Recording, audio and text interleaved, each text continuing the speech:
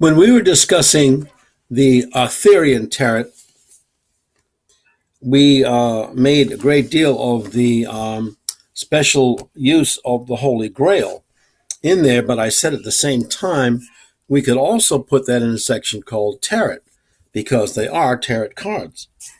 Now, tarot cards themselves are the kind of thing that has great symbolism of all types, and they're very ancient. No one knows actually where they came from, particularly, but there are all kinds of theories about that. But when you have tarot cards, there are two things about them. One, there is a book about them that describes what they mean, but then you have the cards themselves, who are the visual image. And I showed you an image of one of them in the Arthurian tarot.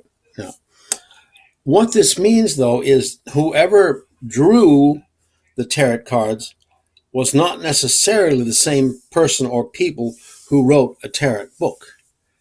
So that's something we have to keep in mind. Because when you are reading a tarot book, you will notice it says somewhere who made the actual drawings of the tarot cards. For example, in this book, it says that it was Miranda Gray, a woman called Miranda Gray, who did the cards in this book. So those were drawn by that particular woman. Now, so when you're reading a book about the tarot, you will notice that the cards look different than in other books. That's because whoever drew them was not the same person who drew them in another book. So therefore, you will have those differences. Another thing about the tarot, it has two particular sections.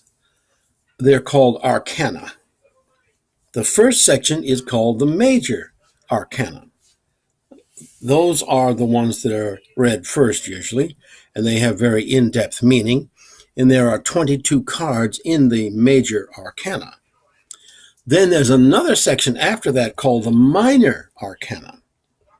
These are the subtleties of the major arcana, which are also very interesting, and they belong together essentially.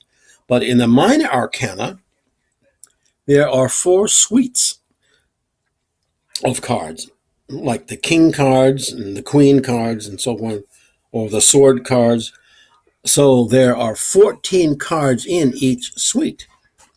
So you will find that in there as very interesting because each of the cards in that suite is, of course, different from the other.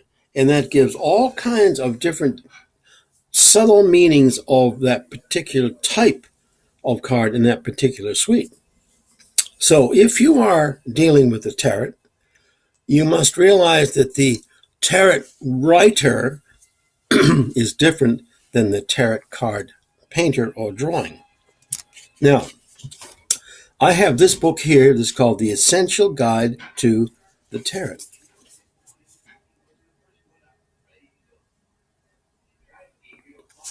And this is by David Fontana.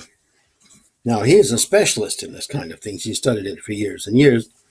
And what's nice about this is, first of all, he gives you the history of the tarot as far as he knows, and modern decks, old decks, and so forth. And he even mentions that the playing cards that we now use for playing cards originated from the minor arcana in this book. And what this book does is very interesting. First of all, he'll give you one of the cards, and you will see what it is. And he'll talk about it, the Chariot, for example. He's talking about the Chariot, and there's the card itself right here. But also what he does after that, which is very interesting, is that he gives what's called variations. First of all, he shows that the card has to be looked at each part at one time. Not the whole card, but each part of the card, the top, the middle, the bottom, and so forth, has a particular meaning. So that's what he does on the next page. He shows you the meaning of each of those sections. But then the next section, which is very interesting, is called variations. Now, what that one does is shows you different deck makers and what they make of it. For example, the Visconti, the Marseillaise, the Rider-Waite, and the Crowley. All of them are explained as to how they interpret that card. That's one thing that's extremely helpful about this book.